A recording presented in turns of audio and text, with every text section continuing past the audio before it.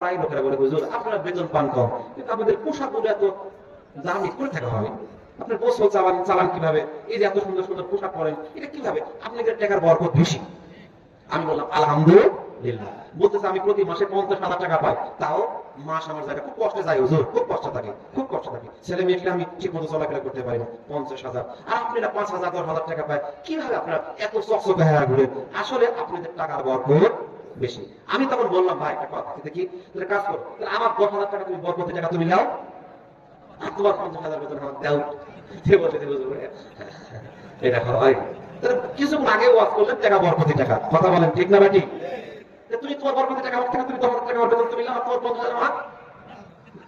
তারপরে না হুজুর এটা হয়, হুজুর তেল মানে সবাই পারে, কথা বলেন ঠিক না ঠিক? কিন্তু এখন একটা জিনিস ভালো হয়েছে কি জানেন, আগে এরকম শোনা যাইতো যে ওই স্বামী স্ত্রী পেটো পাশে আসছে, স্বামী স্ত্রী চিন্তা করছে পেটো দাঁড়ছে কি বানাবেন, একজনের করছে ডাক্তার বানাবো, আর ডাক্তার ভাল লাগে ইঞ্জিনিয়ার বানাবো, আর একজন বলছে না মাস্টার বানাবো, এই করতেছে। আর এখন বর্তমান কি হয় জানেন, এখন বলতেছে বাচ্চা হলে আমার কাছে হুজুর দোয়া করুন, আলহামদুলিল্লাহ দোয়া করুন হুজুর, খালি যদি ছেলে সন্তান হয়, আমার যদি বেটা ছেলে হয়, আমি মিজানুর রহমান আল্লাহরিক বানাবো। সুবহানাল্লাহ বলার কথা না হুজুর, দেখি আমার ছেলে সন্তান যদি হয়, তাহলে আমি মামুনুল হক বানাতে চাই। সুবহানাল্লাহ বলার কথা নাই।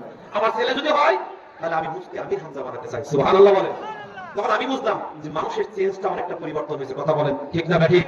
আগে মানুষ হয়েছে কি চিন্তা করছে ডাক্তার ইঞ্জিনিয়ার বানাবে, এখন কিছুটা হলো পরিবর্তন হয়েছে, ছেলে সন্তান হলেই তারা চিন্তা ভাবনা করে আমরা বড় বড় আলেম ওলামা বানাবো, কথা বলেন ঠিক না ঠিক? পরিবর্তন হয়েছে না হয় নাই? এই জন্য আসুন তাহলে আমাদের ছেলে মেয়ে এই কোরআন শেখানোর দরকার আছে না নাই? জোরে বলুন আছে না নাই? সম্মানিত ভাইরা, আমার পাশে কিন্তু একটা মাদ্রাসা আছে, মাদ্রাসায় ছেলে মেয়ে দেন।